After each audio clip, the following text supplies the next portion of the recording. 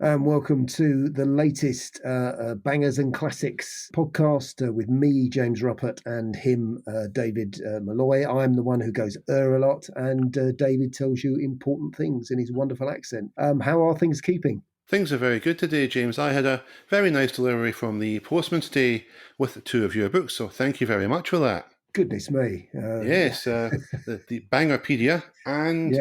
the wonderfully titled, and I'm sure wonderful to read, I'm looking forward to it, Spencer Hayes. Right. Okay. Well, I thought it was a bit of fun. There was quite a big muck up on my part where I think I said, "Have you got the book?" And you went, "No, I haven't got a book," and I felt really bad. And then I ran out of books anyway. So you've had to wait far longer than most people because most people have read it and trashed it by now. But you've got that pleasure to come. But you have actually got the actual bonus of Spencer Hayes because in between I managed to get that sorted out, and I thought you at the very least deserve that, as we've been having loads of conversations about superheroes and 1970s, and that's pretty much what that's all about. But again, thank you for the opportunity to plug that. Even though it's a very selfish book, I don't know whether there's very much in it for people, but it was just one of those things I had to sort of get out of my system and get onto a shelf. Which means it will be good. Usually, I don't know about Usually, that. it's usually how it works. Anyway, James, it's becoming customary on Bangers and Classics to start every episode by going back to an early episode, and that's usually because, let's be honest, I've messed up. And we're going to have to do it again this week, but for a different reason. And I'd like to take you back to the sad but true story of the Austin Allegro that was driven into a parked earth mover in one of the most stupid accidents you could imagine. In fact, I didn't think there could be a more stupid accident than it. Well, I think I might have been wrong about that. You might remember that back in the early 90s, the BBC ran a series called From A to B, Tales of Modern Motoring. And there were 5 episodes in this. They're all available on YouTube, and please, listeners, search them out. They are absolutely worth watching. But there was one in particular I want to direct you to, and that's the first episode. It's called It Gets You Out of the House. Please, again, watch the entire episode, but the section I'm talking about begins at 22 minutes and 38 seconds in. And if you go there, you'll get an account of a spectacularly daft accident. No one was injured, otherwise it would not be funny. But since nobody was injured, we can have a chuckle about it. And I have to say that time hasn't withered its impact on the funny bone, though, again, it's hard not to feel sorry for the lad who wrecked his pride and joy. Do you remember those programmes, James? I do, and I'm very annoyed with you for sending me that link because yes, what I had to do, I had to watch the whole thing. I had to go backwards, I had to go forward because you started me in the middle, and I thought, well, I can't stop there. But no, this was a sensational program, and I'm sure anyone who enjoys cars remembers seeing it back then. It was the sort of program that the BBC don't make anymore. It was cultural history. It was done. I don't think in a particularly nasty way. I don't think I'd like to think they weren't laughing at car enthusiasts. I think they were just displaying them for for people who enjoyed having their cars and how they felt about them. Really, I don't think it was particularly judgmental. But as you say, it is a very funny story, even though for the poor chap it wasn't funny at all. But the circumstances of it all is greatly amusing. But yeah, it's a fabulous program and a fabulous series. And yeah, anyone listening to this probably saw it originally, but they should go and see it again because it is just fabulous filmmaking. It is, yeah. I mean, the great thing about it is there's no talking heads, so we don't get self-appointed social commentators, vapid TV presenters, and other human detritus ruining the flow of the show. All you get are the people themselves. Okay, that's carefully and selectively edited versions of those people, but it's the people themselves and it's their words, and it's all the better for it. To me, to be honest, it seems like a forgotten lesson in how to make reality TV, and it is very, very funny. There's one episode, James, you will have seen, obviously. That's the one called Over the Moon with the Cavalier, about 1990s sales reps and their cars. Any comments on that? Well, no. Well, again, I mean, yes. I mean, in the episode that I watched as well, there was reference to model designations. It was very important to people, wasn't it? Whether you had a GL or a GLS, it made all the difference in the company car park.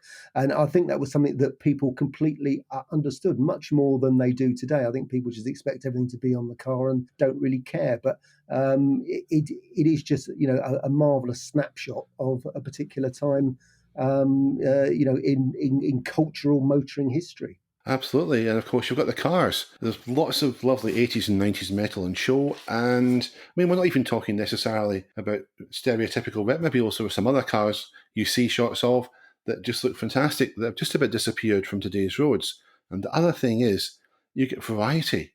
Nowadays it's wall-to-wall SUVs. Back then, okay, you had three main car types: saloon, estate, and hatchback. Obviously, you had roadsters and coupes as well, but the main three main ones. The saloon, the hatchback, and the estate. But even within those categories, there was a vast amount of diversity and difference. You wouldn't mistake a Cavalier for a Sierra or an Astra for an Escort, and it's just lovely to look back in those days. And also, you see things like Little Chef, sadly now long gone. Absolutely, and oddly enough, I think they did sort of predict, because there was a movement. There was a great enthusiasm for the Suzuki Vitara, so that was, that was in some ways maybe the beginnings of the SUV craze, because my sister had one around that time. And I think I remember saying unfortunate things to her about it, which I've never fully apologised for. But I think the program did predict that, and obviously there was people with the rhinos on the spare wheel and stuff like that. So in many ways, it was a very sort of prescient film. But you are completely right; it shows how to make a TV show that you can enjoy. That you, as you say, there's no celebrity spoiling the party, or some expert like us chiming in and saying, well, this means that and that means this, because just let the people speak for themselves. And that's why it's so wonderful. Indeed, I suppose in the case of you and I, at least we actually like cars, are interested in them, and like people who comment on some of these programs, they just pop up and come out with inane comments. They think, what's the point? What's the purpose? Anyway, that's by the by. The main thing about this program is it's available on YouTube. It doesn't matter if you were around in the 90s or not, because either way, it's got a great deal to offer, and we thoroughly recommend that you watch this. Honestly, your life will be enriched for the experience. You're listening to the Bangers and Classics podcast with James Ruppert and David Malloy. So, James, another thing that we were asked to look at on Bangers and Classics was giving some buyer's advice, and perhaps we could give some general advice about buying a classic car, because there's a time of year when people are looking to get their classics onto the road. And indeed, yesterday I was out driving and I saw a lovely tartan red MGB going through the Ayrshire countryside, and I must say it looked splendid. Didn't make me want to buy the MGB, but it did make me want to get out and do something on the road. And with that in mind, obviously, let's have a look at perhaps buying a classic. I would say there's a couple of practical things you always look at, and you always should look at. I'm tall. I can't literally physically fit in every car because of my height.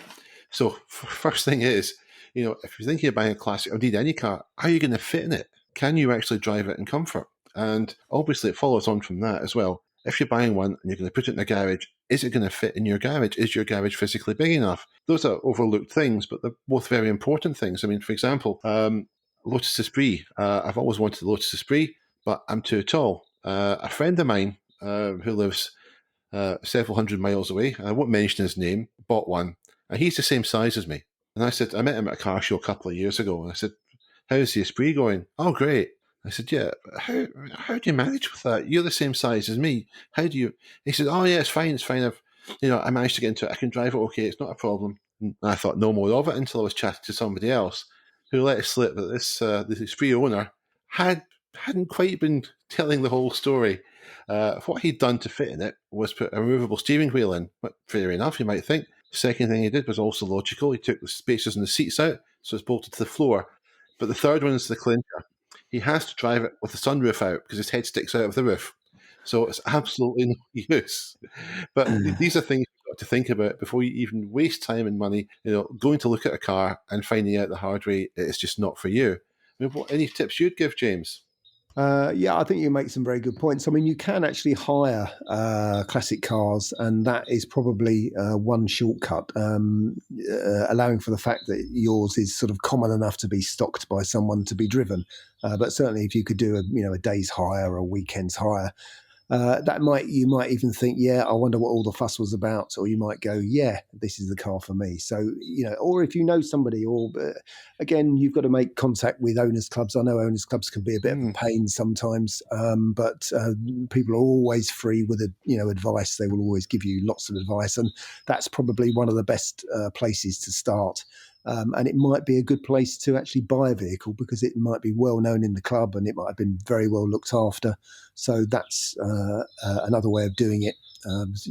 Going via the experts and the enthusiast experts as well. There is a lot of luck involved in buying any car. It doesn't matter whether you're buying a banger, whether you're buying a classic. There is always the chance that something could go wrong the next day after you've bought it. You can do all sorts of checks, and still the gasket's gone or there's some sort of problem. What you're doing is you're trying to reduce the chances of that happening. The problem that you have with a classic car in particular is it's not just a vehicle which you're buying, to get to work in. It isn't a practical vehicle. It's something that you love, and if you've had your heart set on a vehicle that's a classic and it's the right colour, and you might think it's your only chance to buy it, you're going to overlook all sorts of things. Probably the best thing you can do then is take the other half or someone who is very disinterested in cars, actually, because they will point out things that you would overlook. So if you can take a tame person with you who isn't just going to go along and toe the line, might actually confront you about things, they might remove your rose-tinted glasses for a bit, so that you see things that you otherwise would not see. Because most of the people I know who've bought classic cars, it's really because it's what they've always promised themselves. It's quite rarely something that they've looked into hugely. It's just like, I want that car. I wanted it since I was 10, so I'm going to go and get one. It's basically having some sort of reality check or someone who can provide a reality check for you, which I think is probably the best way of doing it. And driving the car. Sounds extremely basic, but you can go, to buyers, and you can go to dealers, and they might say, no, you can't, or you have to have insurance, or you have to prove this, you have to prove that. So you've got to establish all of those things that you can actually drive the car and drive it for a decent amount of time and hear it running. And there's all the old things of if it's all warmed up before you get there, you can guarantee that it's could be a pig to start. And it's also just taking your time, and also just bearing in mind there are probably there's another 30 like it spread around the country. So you have to do your research. That may not apply in some cases, but it is. It's just trying not to fall in love, and that's a very difficult thing not to do when you're going to see the car that you always dreamt of buying. Absolutely. I mean, other things you want to look at. It's all good advice, James, and some other stuff too. Parts availability. Are you going to find parts difficult to get? Are there specific parts that are very difficult to get? For example, Lotus Elan M100 rear lights are just about unobtainium. You can buy them second hand. They'll cost you about £400 a side. Yeah, it's the same lights as you use on the Renault Alpine GTA and GTA V6 Turbo. But the owners of those have got exactly the same problem. Also, you want to look out for common problems. What should you be looking for when you go to see a car? Other things, do an HPI check the VIN number. And you want to make sure, in particular, is the car what it purports to be? I mean, is it a standard model masquerading as a desirable special edition? Some unscrupulous people might do that. It could be the seller doesn't even know that's happened. They bought it in good faith, thinking it's a super duper edition that's worth a bit more, and it turns out to be a standard edition that someone's given a little blow over. MOT history, you can check that online. Do that. It'll show up things that are important. You can also check the mileage progression on it. If the mileage has gone backwards between MOTs, then that should set a couple of alarm bells ringing. There might be reasons for it, but still check it out. Look for things like water ingress from Mayo in the oil filler cap. If you see that, that's a sign of head gasket failure, and you should be thinking at that point of walking away or getting a proper check done. Things like the gear synchro meshes, and as you said, James, make sure that it's cold when you go to see it and you start it, because if it's warm when you start driving it, then there's a reason why the seller's done that usually, unless they've just brought it to you and it's literally been a journey. They stopped. It's not a time to cool down. That's one thing. But if you go into a garage or whatever and the car's already been warmed up, ask yourself why that is. If you are test driving a car, then make sure you get it long enough. You drive it long enough to get the engine up to temperature, and importantly, look at the underside. Check the suspension. I was looking at a forum recently, and a chap bought a car not so long ago. Looks a nice car. He was very pleased with it, but he didn't check the state of the suspension, and he's now going to find himself with a bill of probably about £2,000 to replace, the wishbones at the front and rear, just due to corrosion. I'm sure he doesn't want that because he probably paid market value for the car, and now he's within a year or so he's having to fork out a considerable amount of money, but he has to do it because it's in safety reasons. So there's lots of things to check out, and you should always do that. One final point: if you do buy a car from a trader, don't forget you are protected to some degree by the Consumer Protection Act. Now, I'm not going to go into that here. It's far too big a subject. But if you've got doubts about a car that you've bought, if there's problems with it and the trader's not being responsive, then go and see the Citizens Advice Bureau or go and see a solicitor. Know your rights, because ultimately it's your money, you've worked hard for it, and you want to make sure that you're not being sold a pig in a poke. That's excellent. So there we go. That's pretty much some some general Bangonomics and Bangonomics sidekick, which would be me, advice on buying a classic car. Did you spot the non-deliberate mistake there? I referred to the Consumer Protection Act when I should in fact have referred to the Consumer Rights Act 2015. That's a piece of legislation that gives rights to consumers, that is, private individuals who have purchased goods from traders, and it's something that you really should be aware of. And on that note, we'll go to a break here. Check out the Bangers and Classic podcast at www.bangersandclassics.com. So, James, one thing we're keen to do in Bangers and Classics is to get listeners involved in the show. Send us your ideas. You'll receive full credit for it, of course. If you get any comments you wish to make, we'll be delighted to receive them. If the cheeky ones, address them to James. If the nice ones, send them to me. One thing, though, we're thinking of was perhaps maybe a sort of semi-regular feature, then again, perhaps not, is that you could, if you wish, suggest cars to James and I for us to debate whether or not they're a banger or a classic. And that might might step a bit of a hornet's nest, but it might also be good fun. What do you reckon, James? No, I think that's an awfully good idea, because we are the people who can make the final decision, and that is irreversible as well. So yes, if you'd like to start a furious online debate, we're happy to sort of throw fuel onto the fire, I suppose, really. But we won't take any prisoners. We'll tell you what we think. And we'll issue a formal decree, and it will be either a banger or a classic. Yes, putting out fires with gasoline. Yeah. I think there's a song that's a lyric from David Bowie, maybe. David Bowie, absolutely. Yes. Yeah, I think so. Anyway, we're digressing again. I don't know if he was into cars or not, but another thing we're looking forward to: classic car shows or any kind of car shows coming back. Anything, James, you'd particularly like to see from them, or is there anything the listeners would like to see them do this year, or indeed in the future? I don't know. I think I don't know whether you suggested it. It was not to put so many ropes in the way of people taking pictures, really, so that they're not roped off. I'm quite lucky where I live, although it didn't happen last year. Is we raise money for our village hall. So everyone who comes and buys things, I actually have an ice cream van, although it's actually a Land Rover Series 3 with a freezer in the back. And all the proceeds go to the village hall. But what happened a few years ago is one of the residents was a member of a vehicle club. It was mainly military vehicles, and we had an absolutely massive turnout of. I mean, it is. You basically get tanks, you get motorbikes, you get tractors, you get all sorts of classic cars. It's just phenomenal. So we get several thousand people, and it's a very, very friendly, approachable sort of thing. Buses as well, strangely enough. But there's remarkable things turn up, and that's the sort of thing that it is possible to do on a very local basis. And I would encourage anyone to.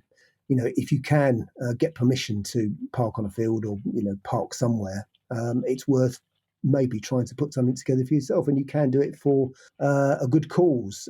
But I know there are all sorts of implications for that, insurance and risk assessments and all sorts of things. But if there's enough people involved, it turns out okay. So I'm looking forward. Hopefully, we will be able to do that this year because we missed doing it last year. So so that's one I actually have a hands-on. Otherwise, a lot of other shows I'm not too bothered about really. But you do get an interesting mix of people, and I think it's the variety of cars. I don't particularly want to go to a field and see one type of car. I do prefer seeing a mix. I don't know if you agree with me there. Yeah, I do. I mean, one of the things I'm quite keen on is seeing more modern classics take part in shows. Cars from the 90s, for example. A lot of those are now, well, they now exist in fewer numbers than many cars from, say, the 60s or the 70s. And it would be nice to see those get some recognition, get some interest in them to try and preserve those that still remain with us. Because, these are cars that, especially for the younger generation, fond memories for them. It's a car that maybe their mum or their dad had, or, they aspire to when they were a kid. It's something they had maybe in a bedroom wall, thinking, wouldn't mind that, an Escort RS custom from the 80s, something along those lines. Sometimes you have shows cut things off in 1980 or sometimes 1990, and I think that's unfortunate. Yeah, I would agree. That is actually a mistake because 1990s cars, as you say, are really becoming quite rare now.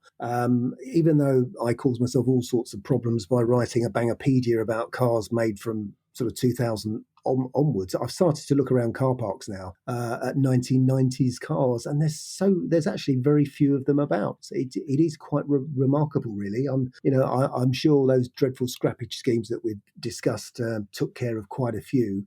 Yes, we've got to also bear in mind that these cars are, over 30 years old in some cases. They are getting on, aren't they? Middle 20s to 30s. Yeah. But yes, they are succumbing to rust. But what we must remember is that these are the last of the fixable cars, the truly fixable ones. So you do get a lot of modern stuff. If you're worried about safety, you will get an airbag and all sorts on it. But also, if you want to muck about with it, you will be able to do that.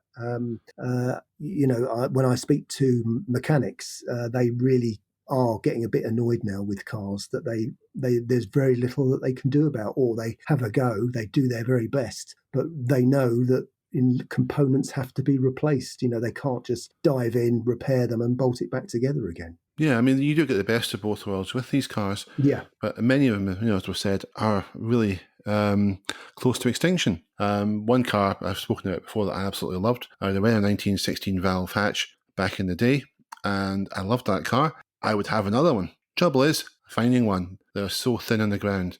Finding a good one is just about impossible. So that's probably a pipe dream. And the same can be said for many other equally fine cars from that period. So I'd like to see modern classics be given more of a place at classic car shows. But another thing is, and I know this is difficult for organisers because of insurance and what have you, and health and safety, and obviously these are paramount considerations, but cars are made to be driven. And if you can introduce some sort of mobile or moving element to car shows, I think that greatly enhances them. One of the things, for example, they used to do at the Dune Classic Car Show back in the day was they had an auto test. Teams entered with various cars, everything from 2CVs to 1960s Lotus Elans. It was great fun. And it was done, the public were kept well away from it. Done at fairly low speed as well, so there was really no danger of anyone sustaining injury. But it was a good spectacle. Crowd participation, everybody got behind a particular car, a particular team, and it really did enhance the day out. I don't know if you have any thoughts on that, James. No, I think you've put together the sort of crucial elements that, as you say, would just make shows a tiny bit more interesting. There's nothing worse than just seeing people sitting in their garden furniture that they've unfolded behind their car and eating a picnic. I mean, some of them are very friendly and will talk to you and tell you stuff, but there's no substitute, as you say, for seeing them moving or seeing them doing something because that's what they were meant to do. And you say autocross or the auto tests, wasn't it? Where you go between cones is actually extremely skillful and a lot of fun to watch. And yes, that will be a welcome distraction.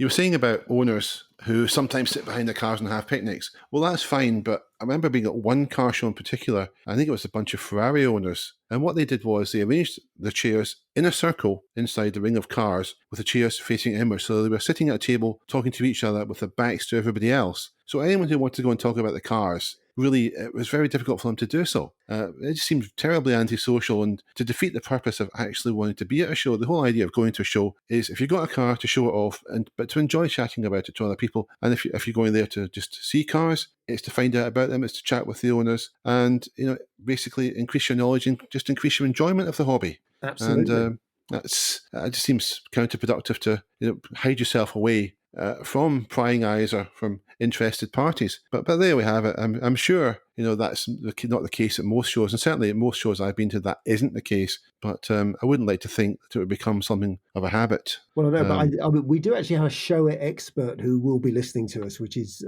Kenny, who does attend because he makes a point of attending, obviously, all the shows which are near him. So he lives up north, and quite rightly, he proves that anything that's down south, they can better up north, and or certainly be different. But he organises, and obviously couldn't do it last year. He takes pictures and asks people to vote on sort of cars of the show, and he gets a wonderful variety of cars, and he makes very funny comments about them, but meant in a nice, loving way. But he's always very observant of the etiquette involved in sitting on a deck chair, and certainly you do see very bored spouses as well at those sorts of shows. So maybe that can be we can have a play area for spouses who don't want to sit with their cars and go somewhere else. Maybe have live music. Some Absolutely. shows do that. They do, and don't I've been to a couple where obviously Silverstone Classic is very good. They have bands on, I think, on the Friday and Saturday night. But I've been to smaller shows where they've had bands playing, usually in a marquee or something, and it's great. It adds to the atmosphere. If you want to see the cars, you go and see the cars. Well, you want to hear some music, you go and listen to music. You can do a bit of both. And the more attractions it's got, the wider the appeal it's got, I think the better, because, as you say, you get bored spouses, you get maybe bored kids. If there's something for them to do, then everybody has a good time, and that's surely what it's all about. Absolutely. It's trying to give something to everybody who goes there. Now, obviously, if you're going, you know what you're going to see is cars. But obviously, if you've got a family, then they might not be quite so keen as you. And so if they can be catered to as well, then, as I say, that makes it good for everybody. And everybody's a good time. It's better for the show too, because then everybody will want to go back to it the following year, which keeps numbers up, which brings revenue in. And obviously, as you say with your show, and indeed some others I could mention, money's raised for good causes, which is very important. It's an excellent part of the classic car community. They do this quite a lot through likes of Sporting Bears and so on and so forth, that owners go along, they raise money for charities in various ways, and they're to be commended for it. It can be a great hobby. It can be a very social hobby. It can be a very socially responsible hobby. And I think car owners need to do more of that, and be seen to be doing more of that to counter some of the negativity about cars that we're confronted with nowadays. Well, that's right. That's all we seem to get. But yes, I mean, that sort of vision that you've put together there, should make everybody happy. Yeah, but it's always going to be one, though. Yeah. Probably me. I think we'll call that a day for this episode. Just like to say thank you very much for listening, and goodbye from me. And yes, it's a goodbye from me, and cheerio, everybody. See you next time. Indeed. Goodbye.